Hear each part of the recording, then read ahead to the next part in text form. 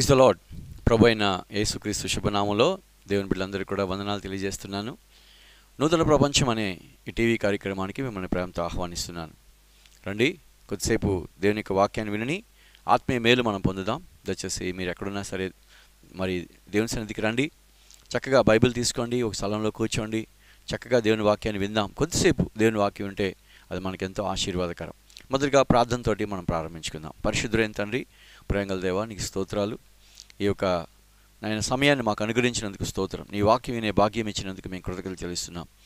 దివారాత్రము నీ వాక్యం ధ్యానించేవాడు ధన్యుడు అని వాక్యం రాస్తుంది. కాబట్టి ప్రతిరోజు చక్కగా నీ వాక్యాన్ని వింటడానికి సహాయం చేసినందుకు స్తోత్రాలు.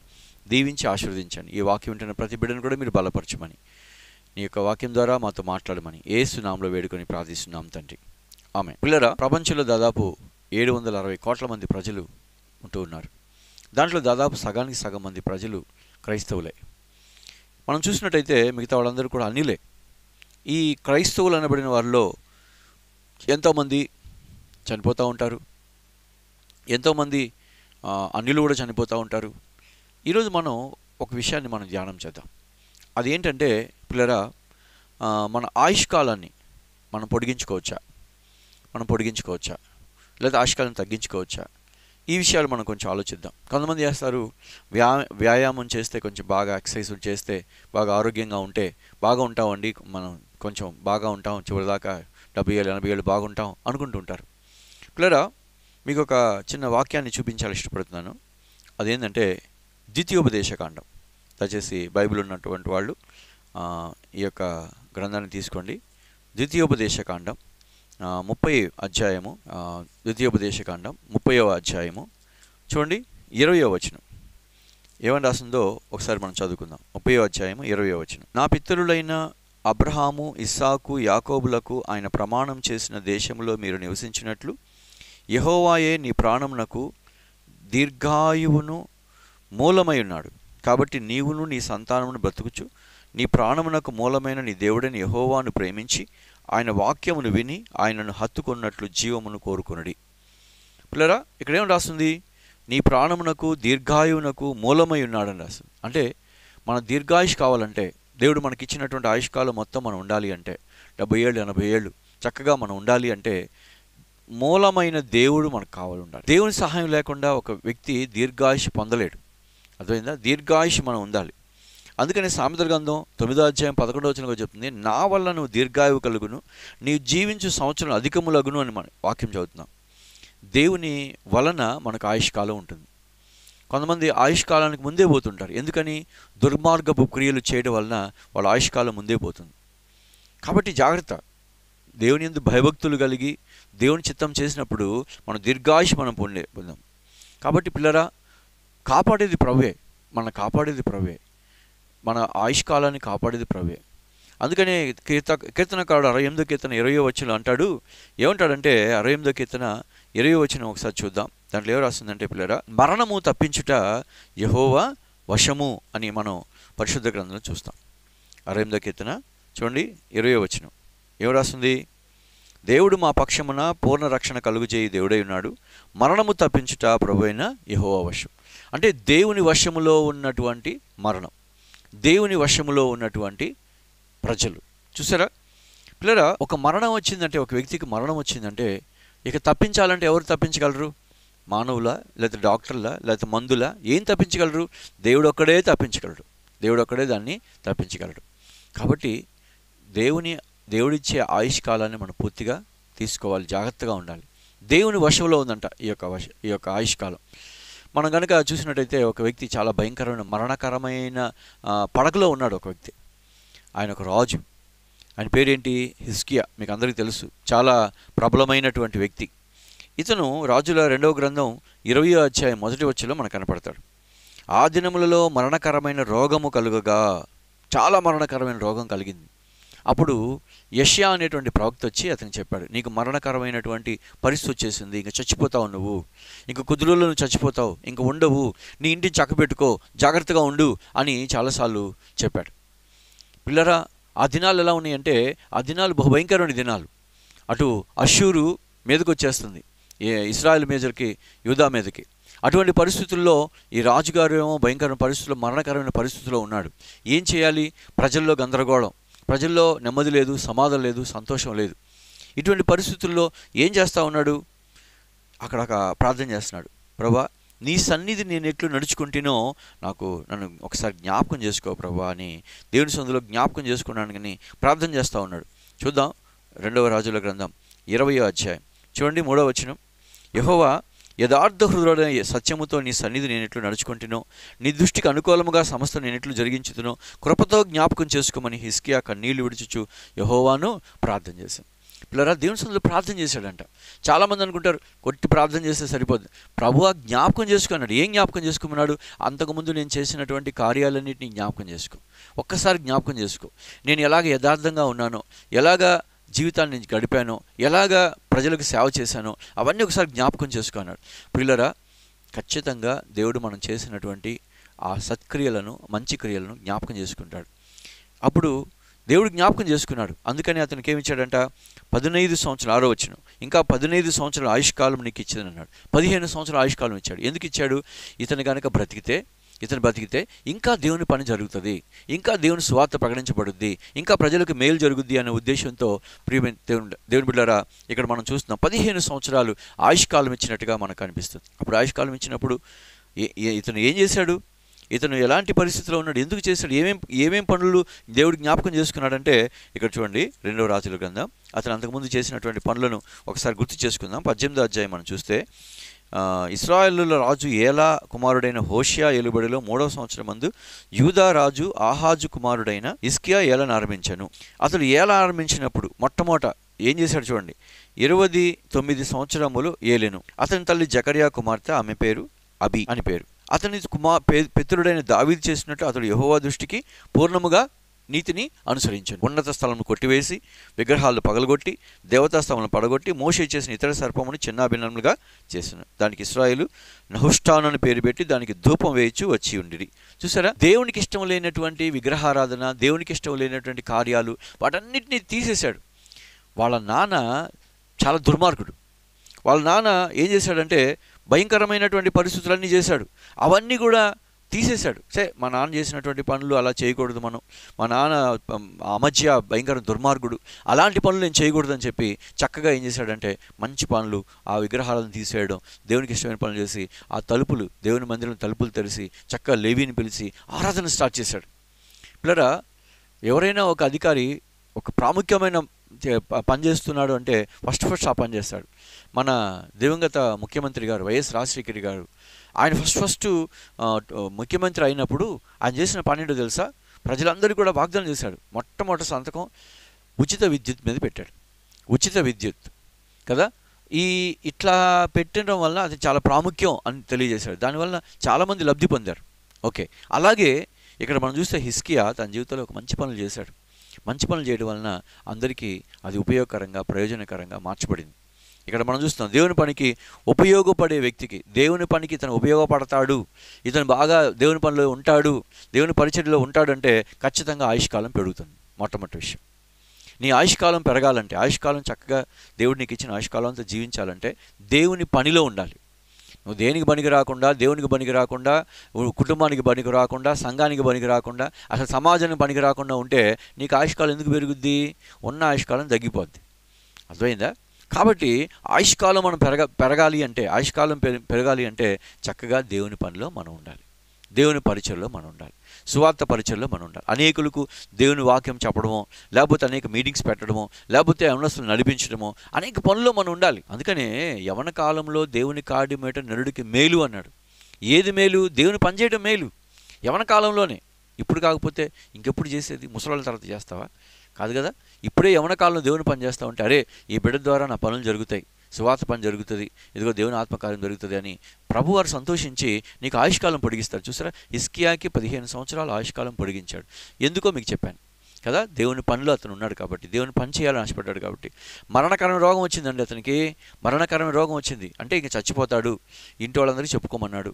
దేవుని సేవకుడే వచ్చి ఇంక అయిపోయింది. ఒక సేవకుడు వచ్చి చెప్పడు కదా, దీవిస్తాడు కదా, ఆశీర్వదిస్తాడు కదా, ఇట్లాంటి మాట ఎవరు చెప్పుంటారు? యెషయా లాగా అరే నువ్వు చచ్చిపోతావు నాయనా, ఇంకా అయిపోయింది ఈ పని, ఇక నేను తీసుకెళ్ళి సమాధి పెట్టిలో పెట్టేస్తారు, సమాధుల్లో పెట్టేస్తారు, ఇంకా అయిపోయింది ఈ పని అని అట్లా చెప్పేవాళ్ళు ఎవరు ఉండరు. కానీ చక్కగా చెప్పాడు యెషయా పిల్లరా. కానీ దేవుని సన్నిధిలో గోడ తట్టు తిరిగి కన్నీరు విడిచి ప్రార్థన చేస్తే దేవుడు అతనికి ఏమిచ్చాడు? ఆయుష్కాలం ఇచ్చాడు. నువ్వు కూడా దేవుని పనికి ఉపయోగపడితే, నువ్వు కూడా దేవుని సేవలో ఉపయోగపడితే, మరి సహోదరుడా సహోదరి, దేవునికి ఆయుష్కాలం కంప్లీట్గా ఇస్తుంది. దేవునికి ఉపయోగపడకపోతే ఎలాగా కదా? దేవునికి ఉపయోగపడకపోతే ఎలాగా? ఒక కంపెనీ ఉందండి. ఆ కంపెనీలో ఒక వ్యక్తి పనిచేస్తూ ఉన్నాడు. రిటైర్ అయిపోయే స్టేజ్ వచ్చేసింది. కానీ ఆ కంపెనీ వాళ్ళు అతను చూసి, అయ్యా నువ్వు చేయడం వల్ల మా కంపెనీకి బాగా డెవలప్ అయిపోతుంది, లాభాలు బాగా పెరిగిపోతున్నాయి, కాబట్టి నీ రిటైర్మెంట్ని ఆపేసి మేమేం చేస్తున్నామంటే ఇంకొక 5 సంవత్సరాలు ఎక్స్టెండ్ చేస్తున్నాము నీ ఉద్యోగం, నువ్వు 5 సంవత్సరాలు ఇంకా ఉద్యోగం చేయి పర్వాలేదు అని చెప్పి ఎక్స్టెండ్ చేస్తారు కదా. ఎందుకు ఎక్స్టెండ్ చేశారు? వాళ్ళకి ఆ కంపెనీకి వాళ్ళు ఉపయోగం కాబట్టి, అతను చేస్తున్న పని వాళ్ళకి నచ్చింది కాబట్టి. అలాగే మనం దేవుని పని చేస్తున్నప్పుడు, దేవుని పని ప్రభువు నచ్చినప్పుడు, ఇంకా నీ జీవితంలో అది ఉపయోగకరంగా, దేవుని సేవకు ఉపయోగకరంగా నువ్వు ఉంటున్నప్పుడు ఖచ్చితంగా ఆయుష్కాలం పెరుగుతుంది. సరే, ఓకే, బాగుంది. ఇంకొక విషయం ఉందా, కొంతమంది వస్తారు మందిరానికి, ఊరకు వస్తారు, కూర్చుంటారు, వెళ్తారు.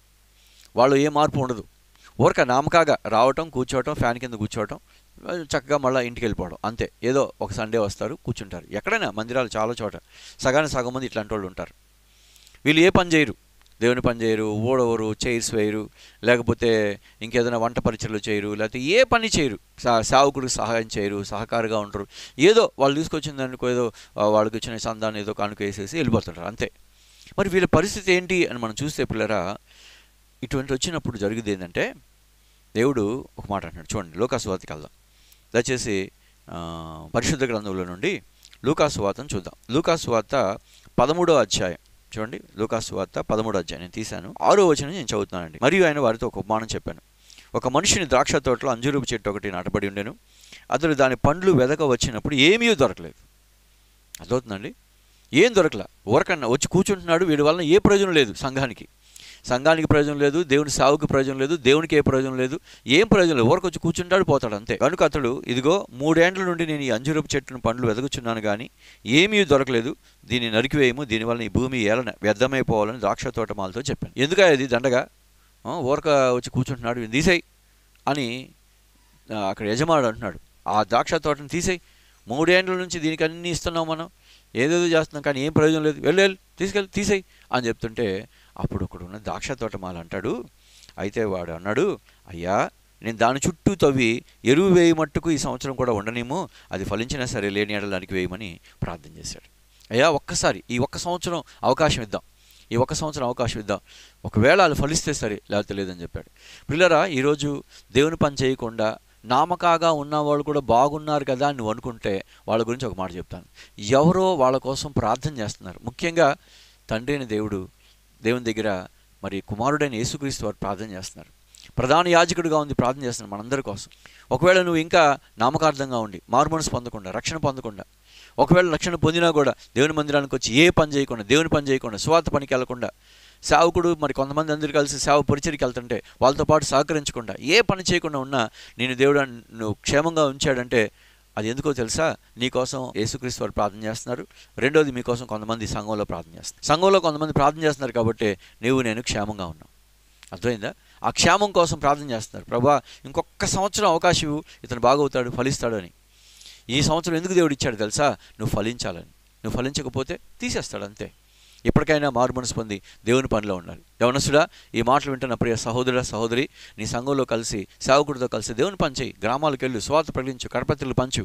అనేకులకు అది ఆశీర్వాదకరంగా ఉంటుంది, దీవెనకరంగా ఉంటుంది. అంతేగాని మరి అంతే ఉంటే ప్రయోజనం లేదు. ఏదో ఒకసారి హఠాత్తుగా నీ జీవితం ఎండ్ అయిపోద్ది.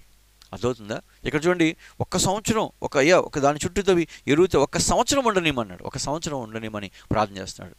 తండ్రి ఇంకా తర్వాత ఎండవు, సంవత్సరం అయిపోయింది, 2 సంవత్సరాలు అయిపోయింది, వీడి కోసం నేను ఎంత వేస్ట్ అయిపోతుంది మనీ అంత, దీని బదులు ఇంకొకటి పెడితే వాడు బాగుంటాడు కదా అని తండ్రి దేవుడు కూడా మాట వింటు తర్వాత ఎంత ప్రార్థన చేసినా వదిలే వీడిని వదిలేసాయి, ఇంక రాదు వదిలే అంటాడు. పిల్లరా గమనించండి, అదొక రెండో రకం.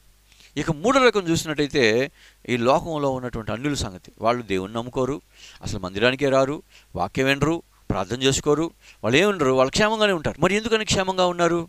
పిల్లరా, దేని గురించి కూడా ఒక చక్కని వాక్యం మనకి పేతురు రాసినటువంటి పత్రికలో మనకు కనిపించుదండి. ఎలా ఉందో చూడండి. పేతురు రాసినటువంటి రెండవ పత్రిక 3వ అధ్యాయము 3వ వచనం. అంత్య దినముల్లో అపహాసకులు అపహసించుచూ వచ్చి తమ స్వకీయ దురాశలను చొప్పున నడుచుకుంటూ ఆయన రాకడ కూర్చున్న వాగ్దానం ఏమాయను?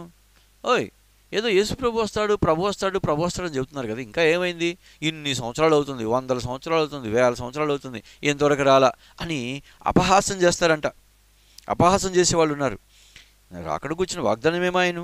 పితరులు నిద్రించిన మొదలుకొని సమస్తమును సృష్టి ఆరంభం ఉన్నట్టే నిలిచున్నదే అని చెప్పుదురని మొదట మీరు తెలుసుకోండి. ఫస్ట్ నుంచి అలా ఉంది, ఇప్పుడు కూడా అంతే ఉంది కదా, ఏం మార్పు లేదు కదా.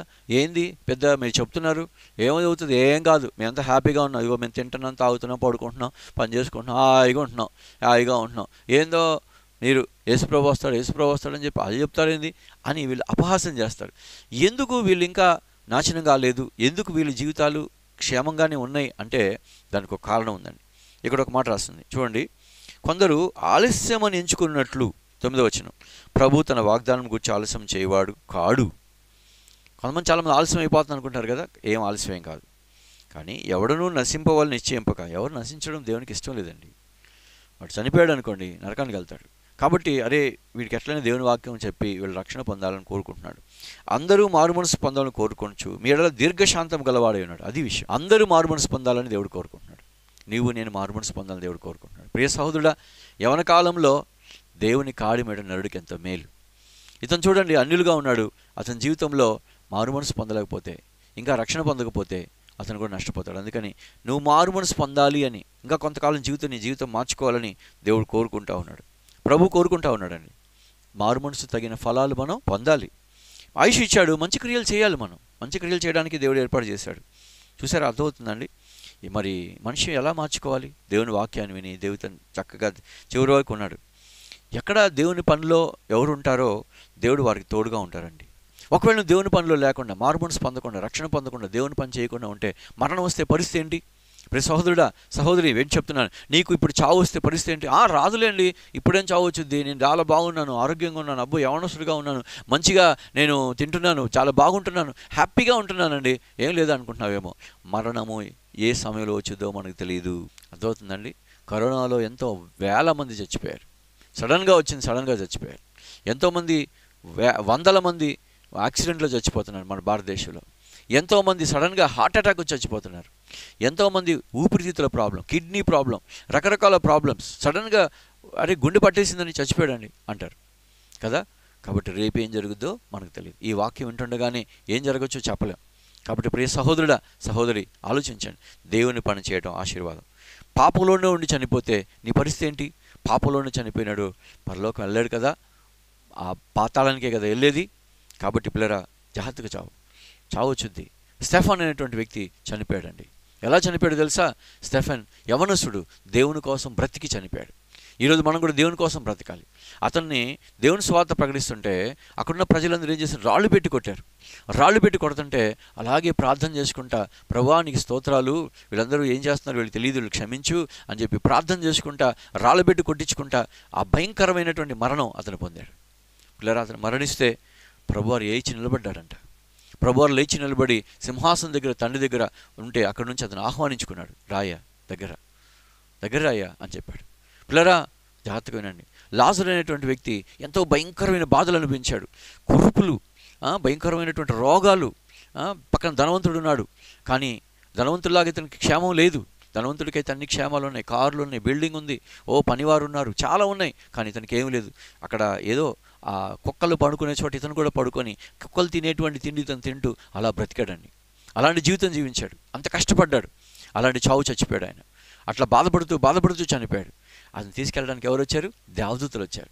అక్కడ నుంచొని ఆ పరలోకంలో, ఆ పరదేశంలో ఎవరున్నారు? అబ్రహాం ఉన్నాడు.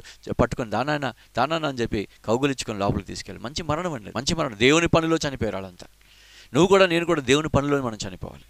దేవుని పని చేసుకుంటూ చనిపోవాలి. చివరిదాకా ముసలోళ్ళగా అయిన త్వరవరకు కూడా దేవుని పనిలోనే మనం ఉండాలి. అర్థమవుతుందండి. దేవుని పనిలో మనం ఉంటే అది మనకెంతో ఆశీర్వాదకరం. అందుకని వాళ్ళు ఏమన్నారంటే, కొత్త నిబంధన ఉన్నటువంటి భక్తులంతా చావు లాభం అన్నారు.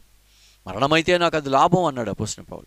కాబట్టి పిల్లరా, ఆలోచించండి. దేవుని పనిలో ఉంటూ, ఇదిగో నేను కూడా ఇలా దేవుని పని చేస్తూ సువార్త ప్రకటిస్తూ ఉంటాం. కదా. అనేక గ్రామాలకు వెళ్తూ ఉంటాం యవనస్తులను తీసుకొని. మాకు ఒక చిన్న వ్యాన్, పాత వ్యాన్ ఉంది. ఆ పాత వ్యాన్లోనే పట్టుకొని చక్కగా వెళ్తాం, సువార్త ప్రకటిస్తాం, కరపత్రులు పంచుతాం. కొంతమంది యవనస్తులందరూ కలిసి నాతో పాటు వస్తున్నారు. మీరు కూడా చేయండి, మీరు కూడా దేవుని పని చేయండి. మీకున్నటువంటి సంఘంలో మీకున్న సేవకుడితో కలిసి, మీకున్నటువంటి సేవకురాలతో కలిసి, కుటుంబం అంతా కలిసి, ఆ సంఘం అంతా కలిసి కొన్ని గ్రామాలకు వెళ్ళండి, సువార్తను ప్రకటించండి, దేవుని పని చేయండి, ప్రార్థన చేసుకోండి, పరిశుద్ధమైన జీవితం జీవించండి.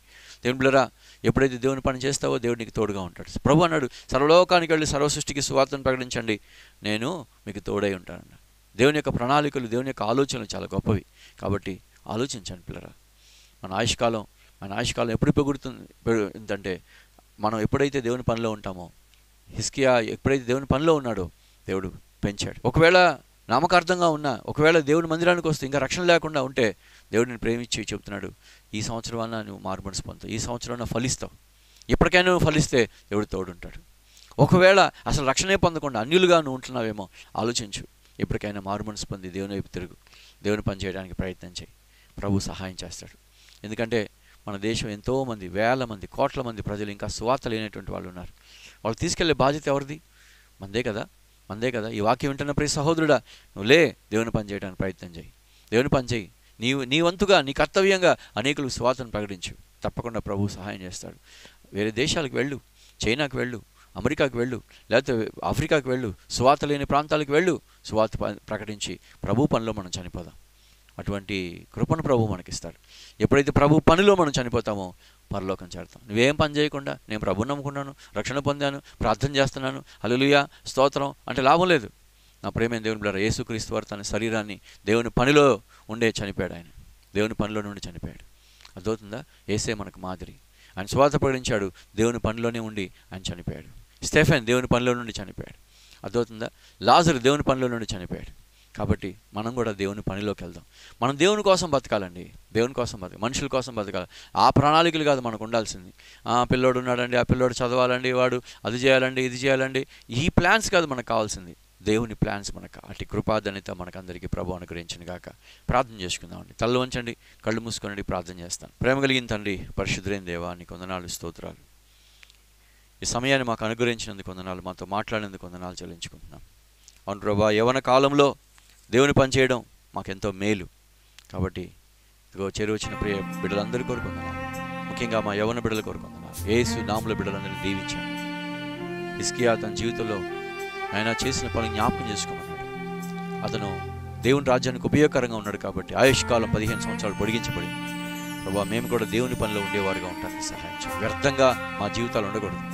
ముఖ్యంగా మా యవనస్తులందరూ కూడా వ్యర్థంగా వారి యవన సమయాన్ని వృధా చేసుకోకూడదు. ప్రతి ఒక్కరు కూడా దేవుని పనిలో ఉండడానికి సహాయం చేయండి. ఎవరైతే తాగుడుగా ఉన్నారో, వ్యభిచారంలో ఉన్నారో, దొంగతనంలో ఉన్నారో, అబద్ధాల్లో ఉన్నారో, చెడు వ్యసనాల్లో ఉన్నారో వాళ్ళందరినీ విడిపించి దేవుని పనిలో ఉండేటట్టు సహాయం చేయండి. ఒక అద్భుత కార్యం జరిగించమని కూడా మేము ప్రార్థన చేస్తున్నాం. ఈ వాక్యం ఉంటున్న ప్రతి బిడ్డను దీవించిన ఆయన ఆశీర్వదించండి. అనేకులు దేవుని పనివారుగా చేయండి. మా దేశంలో ఎన్నో గ్రామాలు, పట్టణాలు, నైనా సువార్త అందిన ప్రాంతాలు ఎన్నో ఉన్నాయి.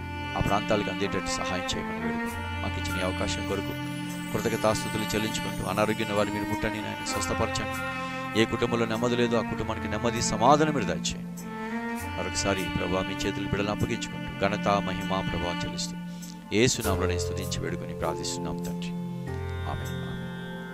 మన తండ్రి దేవుని యొక్క ప్రేమ, యేసుక్రీస్తు వారి యొక్క కృప, పరిశుద్ధాత్మ దేవుని యొక్క సన్నిధి, సహవాసం ప్రభు బిడ్డలందరికీ కూడా సదా తోడై నడిపించునుగాక. ఆమేన్. పిల్లరా, చాలా వందనాలు మీకు అందరికీ. దేవుని వాక్యం విన్నందుకు ప్రభు తోడుగా ఉంటారు. మీ అవసరాలన్నీ మాకు ఫోన్ చేయండి, లేదా వాట్సాప్ చేయండి, లేదా కామెంట్ బాక్స్లో పెట్టండి. తప్పకుండా మీ కొరకు ప్రార్థన చేస్తాం. సరేనా? దేవుని పని చేయడం మాత్రం ఆపద్దు. God bless you.